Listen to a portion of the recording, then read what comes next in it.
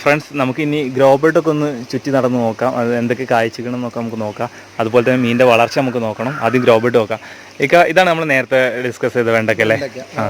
ഒരു വെണ്ടയ്ക്ക എന്ന് പറഞ്ഞാൽ ഉണ്ടോ, അത്യാവശ്യം കുഴപ്പമില്ലാത്ത സൈസ് ഉണ്ട്. നല്ല വലിപ്പമാണ്. കണ്ട വിചാരിച്ചും വിളഞ്ഞിരിക്കുകയാണ്, പക്ഷെ വിളഞ്ഞിട്ടൊന്നുമില്ല സാധനം. ഇപ്പൊ അത്യാവശ്യം കുഴപ്പമില്ലാത്ത റിസൾട്ട് ഉണ്ടല്ലോ വെണ്ടയ്ക്ക കൂടാതെ ഇവിടെ എന്തൊക്കെ ചെയ്തിട്ടുള്ളത്? വെണ്ടയ്ക്ക ഇത് അമര ചെയ്തിട്ടുണ്ടല്ലേ? അമരൊക്കെ വിളവെടുക്കാനായി കിടക്കല്ലേ. തക്കാളി എല്ലാം പിടിച്ചു തുടങ്ങിയിട്ടേ ഉള്ളൂ. തക്കാളി ഹാർവെസ്റ്റ് ചെയ്യാൻ ടൈം ആവില്ല. ഫസ്റ്റ് അതിനകത്ത് ഹാർവെസ്റ്റ് ചെയ്യാനായത് അത് മാത്രമേ ഇതുവരെ തക്കാളി നമ്മൾ ഹാർവെസ്റ്റ് ചെയ്തിട്ടില്ല. ഇത് ഓക്കെ, ഇത് ആവുന്നുള്ളതുകൊണ്ടല്ലേ ചെറിയ. ഇതിപ്പോ ഈ രണ്ടാമത് വെച്ച തയ്യാ. നമ്മള് ആദ്യം വഴുതനമായിരുന്നു ഇതിനകത്തിരുന്നു. ഈ ഒരു ബെഡില് വഴുതനത്തിനൊരു ചെറിയ പ്രോബ്ലം എന്ന് പറഞ്ഞാൽ ഒരു മൂട് ചീയൽ എന്ന് പറഞ്ഞ രോഗം ഈ ബെഡിനകത്തുണ്ടായി. അങ്ങനെ ഞാൻ അത് ആ ബെഡിൽ കുഴപ്പമില്ല, ഈ ഒരു ബെഡിനകത്തിരുന്ന തുടക്കത്തിൽ വഴുതന വെച്ചത് ഇതിൽ ഫെയിലായി പോയി. അപ്പൊ അങ്ങനെ വഴുതന ഞാൻ എടുത്ത് മാറ്റിയിട്ട് അതിനകത്തെല്ലാം തക്കാളി വെച്ചു. ഇപ്പൊ തക്കാളി ഇതിപ്പോ ഒരു മാസം ആയില്ല തക്കാളി തൈ വെച്ചിട്ട്. ഒരു മാസം ആയിട്ടില്ലല്ലേ? ഇവിടെ പൂവിട്ടിട്ടുണ്ട്. പിന്നെ അതുപോലെ തന്നെ കൈപ്പടല്ലേ? പിന്നെ ആ അറ്റത്താണ് നമ്മൾ പയർ വെച്ചിട്ടുള്ളത്. പയറെല്ലാം അറ്റത്തെ സൈഡിലാണ് പടന്ന് കളിക്കുന്നതുകൊണ്ട് വെയിൽ ആ സൈഡിലേക്ക് നമുക്കൊരു വിഷയം ആവശ്യം. അപ്പോൾ ആ സൈഡിലേക്ക് പോയിട്ടുണ്ടോ? ഇപ്പോൾ ഫ്രണ്ട്സ്, നമ്മൾ ഈ അവിടെ തക്കാളി കണ്ടില്ലേ? തക്കാളി റെഡി ആയിട്ടുണ്ട്. ഫസ്റ്റ് ഹാർവെസ്റ്റ് ചെയ്തില്ല, ഫസ്റ്റ് ഹാർവെസ്റ്റ് ചെയ്യാനുള്ള ടൈം ആവണുള്ളൂ. ചെറിയ തക്കാളികളാണ്. പിന്നെ അതുപോലെ തന്നെ തക്കാളി കൂടാതെ ഇത് ഇതിൻ്റെ ഇടയിൽ പാലക്കല്ലേ? പാലക്കിൻ്റെ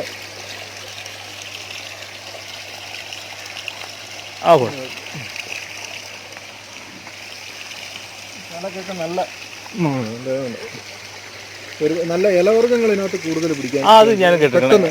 അക്വാപോണിക്സ് ഇലവർഗ്ഗങ്ങൾ നന്നായിട്ട് പെട്ടെന്ന് പിടിക്കുന്നുണ്ട്. നല്ല ഇതൊക്കെ നല്ല വിലയുള്ള സാധനമാണ്.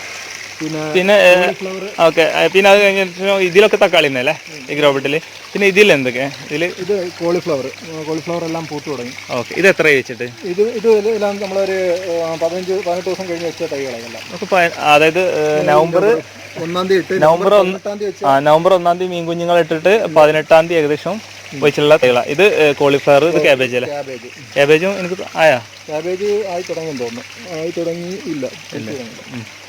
ഇത് കേബേജ്. ഇതിനും എല്ലാ ഗ്രോ ബെഡില് അവസാന ഭാഗത്ത് മറ്റേ പാലക്കും പയറുമാണ് അതിനകത്ത് സെറ്റ് ചെയ്തിട്ടുള്ളത് അല്ലേ? ഫ്രണ്ട്സ്, നമുക്കൊന്നാണ്ട് കടന്നു നോക്കാം. ഇലവർഗ്ഗങ്ങൾ നന്നായിട്ട് ഉണ്ടാവുന്ന പാലക്കിന്. പിന്നെ പയറൊക്കെ ഇനി ഇതേപോലെ പൊട്ടിക്കിളിച്ച് വരണം. വെള്ളമെല്ലാം നേരത്തെ പൂവിട്ട്. ഓക്കെ, പയറ് അതുപോലെ തന്നെ വെണ്ടക്ക നമുക്ക് അത്യാവശ്യം ഹാർവെസ്റ്റ് ചെയ്യാൻ പറ്റി. ഇതാണ് ഇപ്പൊ നമ്മള് തുടക്കത്തിൽ പറഞ്ഞ ആ സംഭവം അല്ലേ? ഇവിടെ നിന്നാണ് ഇന്നർ ഓരോ ഇതിനകത്ത് വാൾവ് വെച്ചേക്കുണ്ട് നമ്മുടെ ഫോഴ്സ് അഡ്ജസ്റ്റ് ചെയ്യാൻ വേണ്ടി. ഇതിനകത്തെല്ലാം ഫോഴ്സ് അഡ്ജസ്റ്റ് ചെയ്തെങ്കിൽ പറ്റത്തുള്ളൂ. പിന്നെ പായൽ ഇതുണ്ട്, വെള്ളത്തിന് മേളിൽ വന്നു കഴിഞ്ഞാൽ ഈ ഒരു പായൽ കൊടുത്താൽ. ഓക്കെ, ഇത് നമുക്ക് ഇവിടെ വന്നപ്പോൾ കാണാൻ പറ്റി. അതായത് വെള്ളം ഈ ഗ്രോ ബെഡിന് മുകളിൽ ആ ബെഡിൽ നോക്കിയാൽ കറുത്ത് കിടക്കുന്നുണ്ട്. അതെന്ന് വെച്ചാൽ വെള്ളം നമ്മുടെ ബെഡിന് മേളിൽ വന്നു കഴിഞ്ഞാൽ അതേപോലെ ക്ലോഗ് ആവും. ഇതുണ്ടോ ക്ലോഗ് ആയി തുടങ്ങി. അതൊരു കാരണവശാലും വെള്ളം മേളി വരാൻ പാടില്ല. അപ്പോൾ ഏകദേശം ഫ്രണ്ട്സ് പറയുന്നത് എപ്പോഴും ചെയ്യുന്ന സമയത്ത് ഗ്രോ ബെഡിൻ്റെ 2 ഇഞ്ച് താഴ്ചയിൽ വേണം വെള്ളം വന്ന്, അതായത് കയറി ഇറങ്ങി പോകാൻ അല്ലേ? അത് തന്നെ. ഓക്കെ, പിന്നെ ഇതിൽ ബീൻസ് ഉണ്ടല്ലേ? അതിനകത്തുണ്ട് അമരപ്പയർ, അമരയുണ്ട്, പച്ചമുളകുണ്ട്. പച്ചമുളക് നല്ല രീതിയിൽ ആ ബെഡിന് നമുക്ക് ആ സൈഡിലേക്ക് പോകാം. അപ്പോൾ ഈ സൈഡിലുള്ള 10 ബെഡിലൊക്കെ സെറ്റ് ചെയ്തിട്ടുള്ളത് ഇത്രയും കാര്യങ്ങൾ. പിന്നെ അതുപോലെ തന്നെ നമ്മളിപ്പോൾ ഈ ഒരു പാത്വേയിൽ നമ്മൾ 2 സൈഡിൽ വഴുതനി അതുപോലെ തന്നെ ക്യാബേജും കണ്ട്. ഇത് മറ്റേ ഗ്രോ ബാഗിലിട്ടാണല്ലേ? ഈ ഗ്രോ ബാഗിൽ ഇതിനകത്തൊരു വളം ആഡ് ചെയ്യുന്നില്ല. നമ്മൾ ഇതിനകത്തുനിന്നുള്ള ഈ തെളിഞ്ഞ വെള്ളം മാത്രം ഒഴിക്കുന്നതിനാണ്. ഓക്കെ, ആ ഫിൽറ്റർ ചെയ്ത് തരുന്ന വെള്ളം ജസ്റ്റ് ഇതിലേക്കൊക്കെ ഒന്ന് ഒഴിച്ചു കൊടുക്കണം. ഇത് മണ്ണ് തന്നെ നല്ല രീതിയിൽ കിളിക്കുന്നുണ്ട്. പൂവൊക്കെ അത് വഴുതനൊക്കെ കണ്ടു, വഴുതനൊക്കെ പൂത്ത് തുടങ്ങുന്നുണ്ട്. ഇതിനകത്ത് ഇതിന്റെ വെള്ളം, ഈ തെളിഞ്ഞ വെള്ളം മാത്രം, അതായത് അതിനകത്തൊരു ന്യൂട്രിയൻ്റ് ആയിട്ടുള്ള നൈട്രേറ്റ് കണ്ടന്റ് ഉള്ളത് കൊണ്ടാണ് ഇത്രയും വളർച്ച ഇതിന്. ഓക്കെ, ഇനി നമുക്ക് ആ സൈഡിലേക്ക് പോകാം.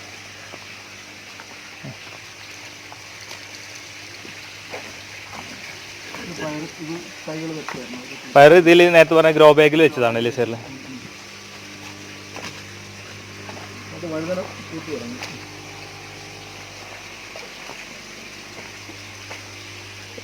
വഴുതന ഏകദേശം പൂട്ട് തുടങ്ങിയല്ലേ? ഈ ഒരു കംപ്ലൈന്റ് നമുക്ക് ആ വഴി വരുന്നത്. ഓക്കെ, നേരത്തെ കണ്ട അവിടെ ആ ബെഡിൽ ഈ ഒരു കംപ്ലൈന്റ് വന്ന്.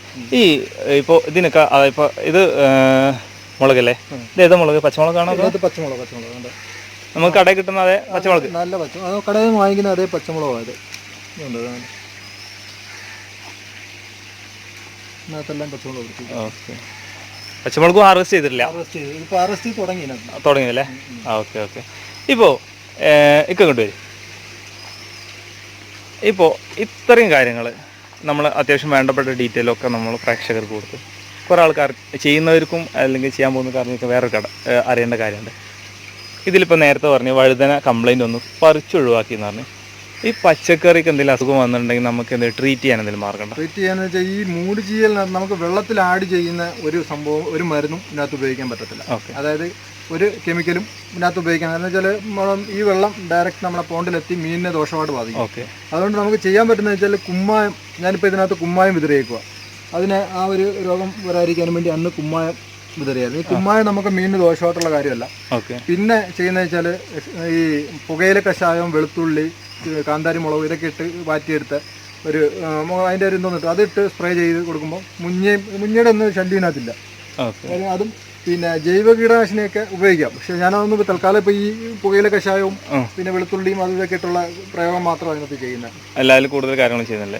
അതിനകത്ത് വേറെ മറ്റ് മരുന്നുകളൊന്നും നമ്മൾ ഇതിനകത്ത് ചെയ്യാൻ പറ്റത്തില്ല. ഇപ്പോൾ ഈ ഒരു പ്രോജക്റ്റിലെ പവർ ബാക്കപ്പ് സിസ്റ്റം ഒക്കെ എങ്ങനെയാണ്? നമുക്ക് ഇതിനകത്ത് സബ്സിഡിയുള്ള കറണ്ട് ഉണ്ട്. എന്താണെന്ന് വെച്ചാൽ 5B ഈ അക്വാകൾച്ചറിന് വേണ്ടിയുള്ള ഒരു താരിഫിലാണ് നമുക്ക് ഈ 5B കറണ്ട് കിട്ടിയേക്കുന്നത്. ഇത് യൂണിറ്റ് 2 രൂപ 50 പൈസ. നമുക്ക് ഫിഷറീസിൽ നിന്ന് അതിന്റെ ഒരു പേപ്പർ വരും. ആ പേപ്പർ കൊണ്ട് ഇലക്ട്രിസിറ്റി വെച്ച് കൊടുക്കുമ്പോൾ നമുക്ക് അതിനുള്ള കറണ്ട് അവർ തരും. ഇത് മിനിമം എത്ര യൂണിറ്റ് യൂസ് ചെയ്യാൻ പാടില്ല? മിനിമം അല്ല, അങ്ങനെയില്ല. നമുക്ക് ഒരു യൂണിറ്റിന് 2 രൂപ 50 പൈസ. നമുക്ക് എത്ര യൂണിറ്റ് വേണമെങ്കിലും നമ്മുടെ ഇതിന് വേണ്ടി ശരാശരി എത്ര യൂണിറ്റ് വരുന്നുണ്ട്? കഴിഞ്ഞ ആദ്യത്തെ തോന്നുന്നത് ഒരു 1000 രൂപയാണ് ആദ്യത്തെ ബില്ല് വന്നേക്കുന്നത്. ഇതിപ്പോ രണ്ടാമത്തെ ബില്ല് വരാൻ സമയമായില്ല. അപ്പൊ 1000 രൂപ എന്ന് പറയുമ്പോൾ 250 യൂണിറ്റ് ആണോ? 250 യൂണിറ്റ്. 250 യൂണിറ്റ്, ഒരു ആവറേജ് 250 യൂണിറ്റിനകത്ത് മൊത്തം അത് 3 മാസം. ഇത് സ്റ്റാർട്ടിങ് ഇട്ട് നമ്മുടെ ആദ്യ തുടക്കത്തിലുള്ള കുറെ വർക്കുകളെല്ലാം ഇതിനകത്തായിരുന്നു. ബില്ല് വന്നതിപ്പം 3ാമത്തെ മാസം ബില്ല് വന്നത്. അതുകൊണ്ടാണ് ഈ 1000 രൂപ. അതിൽ കുറേ വരാൻ ചാൻസ് കൂടുതൽ. ഏകദേശം ഒരു റേഞ്ച് വന്നിട്ടുള്ളൂ. പിന്നെ പവർ ബാക്കപ്പ് ഇൻവെർട്ടർ നമ്മൾ ഇതിനകത്ത് യൂസ് ചെയ്യുന്നത്. ഇതിപ്പോ 1000-ന്റെ ഒരു ഇൻവെർട്ടർ മാത്രമേ വെച്ചിട്ടുള്ളൂ. നമുക്ക് അതിന്റെ ആവശ്യം വരുന്നുള്ളൂ. കാരണം ഒരു 450 യൂണിറ്റിന് താഴെയുള്ളൂ നമ്മുടെ എയറേറ്ററും മോട്ടറും എല്ലാം. അപ്പോൾ 1000-ന്റെ ഒരു ഇൻവെർട്ടർ നമ്മൾ ഇതിനകത്ത് സെറ്റ് ചെയ്തിട്ടുണ്ട്. പിന്നെ 1000 വാട്ട്സിന്റെ ഒരു ജനറേറ്ററും ഉണ്ട്. 1000 വാട്ട്സിന്റെ ഒരു ജനറേറ്റർ. ഇതിന് ജനറേറ്റർ വെക്കണമെന്ന് വെച്ചാൽ ബാക്കപ്പ് നമുക്ക് ഒരു ദിവസം കറണ്ട് ഇല്ലാതെ വന്നാൽ അതിന് നമ്മൾ ജനറേറ്റർ ഓൺ ആക്കണം. എല്ലാ അപ്പോൾ ഇപ്പോൾ കറണ്ടിനെ വർക്ക് ചെയ്യണേ? കറണ്ട് ഇപ്പോൾ ഇത് എത്ര ഉണ്ട് ബാറ്ററി? നമുക്ക് ബാക്കപ്പ് 6 മണിക്കൂർ ഇപ്പോൾ ഇതിന് ടൈം കിട്ടുന്നത്. അതായത് ബാറ്ററി ബാക്കപ്പ് നമുക്ക് 6 മണിക്കൂർ ഇതിനകത്ത് ഇൻവെർട്ടർ കിട്ടുന്നുണ്ട്. അത് കഴിഞ്ഞ് നമുക്ക് ഓഫ് ആവുന്നു. അത് കറണ്ട് പോയി കഴിഞ്ഞാൽ ബാക്കി ജനറേറ്റർ ഓൺ ആക്കണം. ഓക്കെ, അതായത് 6 മണിക്കൂറിന് മുകളിൽ കറണ്ട് പോകുന്ന സാഹചര്യം വന്നാൽ ജനറേറ്റർ ഓൺ ആക്കണം. ജനറേറ്റർ ഓൺ ആക്കണം. ഇപ്പോൾ അപ്പോൾ ഇതെല്ലാം കൂടി കൂടിയിട്ടുള്ളതാണ് ഈ 6.5 ലക്ഷം രൂപ 7 ലക്ഷം രൂപയുടെ പ്രോജക്റ്റ്. നമുക്ക് ഇതെല്ലാം കൂടെ എല്ലാം, അതായത് ജനറേറ്റർ, ഇൻവെർട്ടർ ഇതെല്ലാം കൂടെ വന്നപ്പോഴാണ് 7 ലക്ഷം രൂപ നമുക്ക് ചിലവ്. പിന്നെ അതുപോലെ തന്നെ നമുക്ക് അറിയേണ്ട കാര്യം വെച്ചാൽ ഇപ്പോൾ നേരത്തെ പറഞ്ഞ 40% സബ്സിഡി കിട്ടി 4.5 ലക്ഷം രൂപയുടെ കിട്ടിയതാണ്. അപ്പോൾ ബാക്കി ഇപ്പോൾ 6.5 ലക്ഷം രൂപയുടെ പ്രോജക്റ്റ് ആണെങ്കിൽ ബാക്കി നമുക്ക് സബ്സിഡി കിട്ടണമെന്നുണ്ടെങ്കിൽ ഇനി എന്തൊക്കെയാണ് നമ്മളിവിടെ കംപ്ലീറ്റ് ചെയ്യാനുള്ളത്? നമുക്കിപ്പോൾ ഇതിനകത്തെല്ലാം കംപ്ലീറ്റ് ആയി കിടക്കുക. ഈ സംഭവം 6 ലക്ഷം രൂപയുടെ പ്രോജക്റ്റ് നമ്മൾ ബില്ല് വെച്ചതാണ്. നമുക്ക് ഈ 4.5 ബില്ല്, ബാക്കി ഇത് ഫുഡിൻ്റെ മീനിൻ്റെ എല്ലാം കൂടെ 6 ലക്ഷം രൂപ നമ്മൾ ബില്ല് വെച്ചതാണ്. അപ്പോൾ ബില്ല് വെച്ചപ്പോൾ നമുക്ക് 2,40,000 രൂപ നമുക്ക് സർക്കാർ സബ്സിഡി ആയിട്ട് തരുന്നുണ്ട്. ബാക്കി പൈസ നമ്മുടെ കയ്യിൽ നിന്നുള്ള ചിലവാണ്. ആ പൈസ നമുക്കൊരു 3 പ്രാവശ്യം നമ്മൾ ഈ മീൻ ഹാർവെസ്റ്റ് ചെയ്യുമ്പോൾ നമുക്കത് നമ്മുടെ കയ്യിൽ വരും. ഓക്കെ അല്ലേ?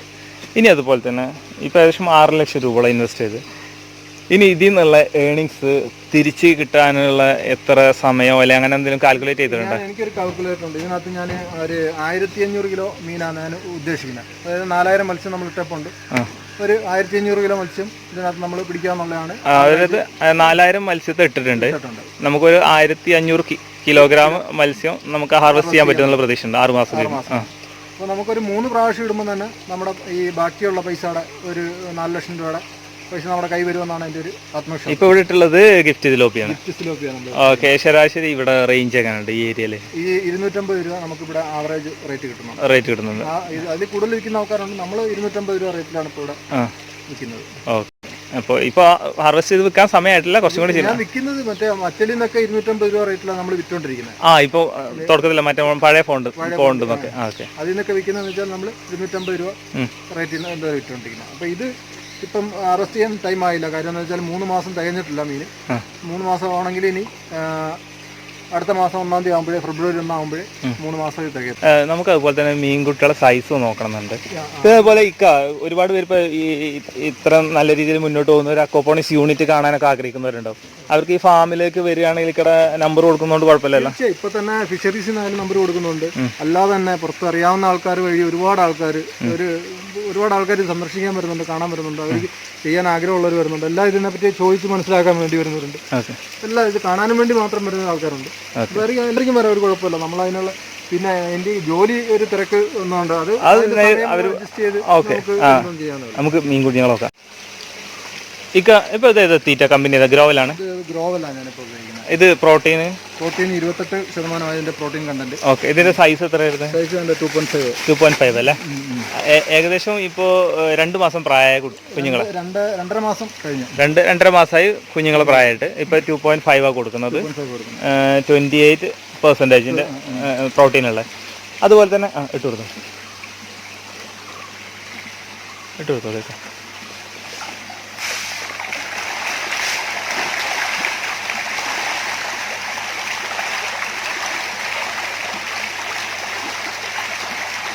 നമ്മൾ ഒരു ദിവസം ഏകദേശം എത്ര kg കൊടുക്കുന്നുണ്ട്? ഒരു 4 കിലോ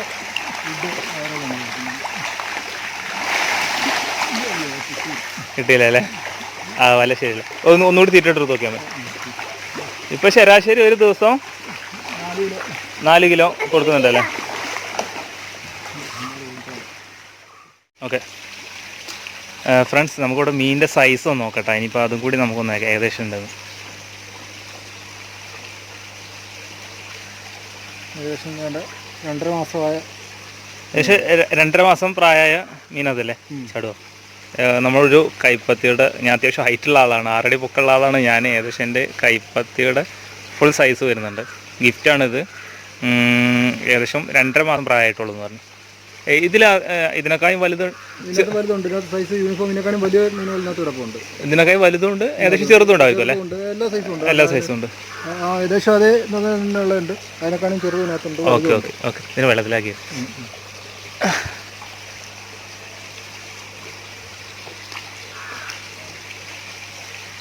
അതുപോലെ തന്നെ നമ്മളെ ഫാമിലി സപ്പോർട്ടും കാര്യങ്ങളൊക്കെ എങ്ങനെയാണ് ഇതിലെ? ഫാമിലി സപ്പോർട്ട് ഭയങ്കര, അതുകൊണ്ടാണ് നമ്മുടെ ഈ ഒരു പ്രോജക്റ്റ് ആണ് ഇത്രയും നല്ലൊരു സക്സസ് ആവാനുള്ള കാര്യം ഫാമിലി സപ്പോർട്ടാണ്. അപ്പോൾ അതിക്കായാലും മിച്ചായാലും പിന്നെ വൈഫായാലും മക്കളായാലും എല്ലാം ഇതിനകത്ത് ഫുൾ ടൈം അവരുടെ ഒരു, അതായത് സ്റ്റാർട്ടിങ് തൊട്ട് തന്നെ എല്ലാ കാര്യങ്ങളും, ഇത് നിർമ്മിക്കുന്ന കാര്യത്തിലായാലും പണിക്കാരുടെ കൂട്ടത്തിൽ സഹായിക്കാനും എല്ലാം ഇപ്പോഴും വാപ്പിച്ചാരനായിരിക്കും മിക്കവാറും കാര്യങ്ങളൊക്കെ അത് നോക്കുന്നത്. പിന്നെ മിച്ചായി നോക്കും, വൈഫുള്ള സമയത്ത് വൈഫും എല്ലാവരും നോക്കും. എല്ലാവരും ഇതിനകത്തുള്ള കാര്യങ്ങളൊക്കെ ഞാനില്ലെങ്കിൽ എൻ്റെ കുറവ് അവരൊക്കെ നടത്തിക്കൊള്ളും. പെങ്ങൾ വരുമ്പോൾ പെങ്ങളും അവരൊക്കെ ഉണ്ടല്ലേ? പെങ്ങളെ പോകാനല്ലേ? ശരി, രണ്ടുപേരോടുണ്ട് അവർ പഠിക്കാൻ പോകാൻ.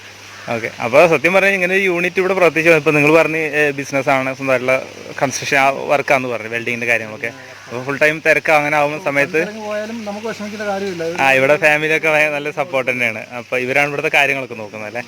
പിന്നെ അപ്പോൾ രാവിലെ നിങ്ങൾ ഞാൻ 2 മണിക്കൂറിനകത്ത് ഫുഡ് കൊടുക്കാനായാലും തോന്നായാലും ജസ്റ്റ് ചില ദിവസങ്ങളൊക്കെ ഒന്ന് കയറി ഇറങ്ങി നോക്കാൻ കാര്യങ്ങൾ പോകാന്നുള്ളതല്ലാതെ മറ്റ് മെനക്കെട്ട പണികളൊന്നുമില്ല. ആഴ്ച ഒരു ദിവസത്തിലെ ക്ലീനിങ് ഇതൊന്നും വരുന്നുള്ളൂ. മറ്റു ദിവസങ്ങളൊന്നും ഇതിനകത്ത് മറ്റ് പിന്നെ അത്യാവശ്യം എന്തെങ്കിലും ഉണ്ടെങ്കിൽ വാപ്പിച്ച് അത് നോക്കിക്കോളും. അത്യാവശ്യം ഹെവി ഹാർഡ് വർക്ക് എന്തെങ്കിലും ഉണ്ടെങ്കിൽ നമ്മൾ ചെയ്യേണ്ട ആവശ്യമുള്ളൂ. അത് ഞാൻ എന്തെങ്കിലും ഹാർഡ് വർക്ക് ഉണ്ടെങ്കിലും നമ്മുടേതായ രീതിയിൽ എന്തെങ്കിലും ടെക്നിക്കലായിട്ടുള്ള കാര്യങ്ങളൊക്കെ വേണ്ടി വരുമ്പോൾ മാത്രം ഞാൻ എൻ്റെ എഫക്റ്റിനകത്ത് ചെയ്യുന്നു. ബാക്കി പിന്നെ ഇവർ തന്നെയാണ് നോക്കുന്നത് അല്ലേ? എങ്ങനെയാണ് പയറ്, പച്ചമുളക്, തക്കാളി, വെണ്ടയ്ക്ക, ഇതെല്ലാം നല്ല കോളിഫ്ലവർ പിന്നെ ആവശ്യക്കാർ വരുന്നുണ്ട്, കൊടുക്കുന്നുണ്ട്. വീട്ടിലും ഞങ്ങൾ ഉപയോഗിക്കുന്നുണ്ട്. ആ ഓക്കെ. ആ അവിടെ ഒക്കെ ആയിട്ടുണ്ട്. ഇപ്പോൾ ചെറിയ രീതിയിൽ ഇപ്പോൾ നമ്മളിപ്പോൾ വെണ്ടയ്ക്കോ പയറൊക്കെ പുറത്ത് കൊടുത്തു തുടങ്ങിയാ? പുറത്ത് ചെറിയ രീതിയിലൊക്കെ ആൾക്കാരെ അയൽവാസികളൊക്കെ വരുമ്പോൾ അങ്ങനെ കൊടുക്കുമല്ലേ? ആ നല്ല അഭിപ്രായം വരുന്നല്ലേ. ഓക്കെ.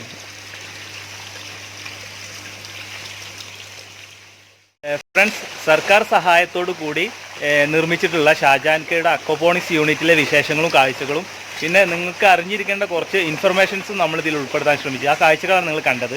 എന്നാൽ 7 ലക്ഷം രൂപയോളം ഇൻവെസ്റ്റ് ചെയ്തിട്ട് ഇതിലേക്ക് ഇറങ്ങി വരുന്നതിന് മുമ്പ് ഇദ്ദേഹം 2 വർഷം മുമ്പ് ചെറിയ രീതിയിൽ അക്വപോണിക്സ് യൂണിറ്റ് സെറ്റ് ചെയ്തിരുന്നത്.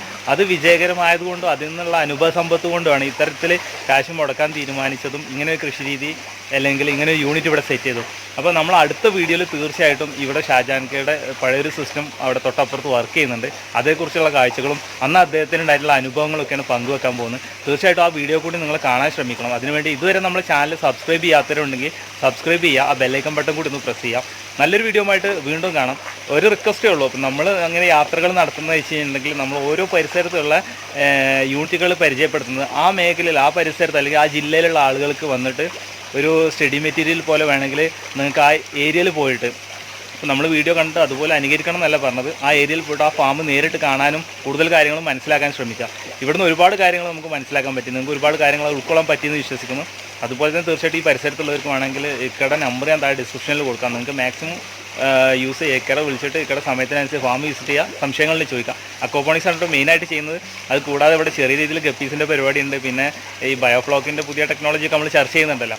പുള്ളി അദ്ദേഹം സ്വന്തമായിട്ട് തന്നെ അത് ഇങ്ങനെ കേട്ടറിഞ്ഞിട്ടും കണ്ടറിഞ്ഞിട്ടും മനസ്സിലാക്കിയിട്ട് ഇവിടെ യൂണിറ്റ് ചെറിയ രീതിയിൽ പ്രവർത്തിപ്പിക്കാനുള്ള സെറ്റപ്പ് നോക്കുന്നുണ്ട്. അപ്പോൾ ഈ കാര്യങ്ങളൊക്കെ കാഴ്ചകളൊക്കെ അടുത്ത വീഡിയോയിൽ ഉണ്ടാവും. അപ്പോൾ അടുത്ത വീഡിയോയിൽ കാണാം. Okay, by.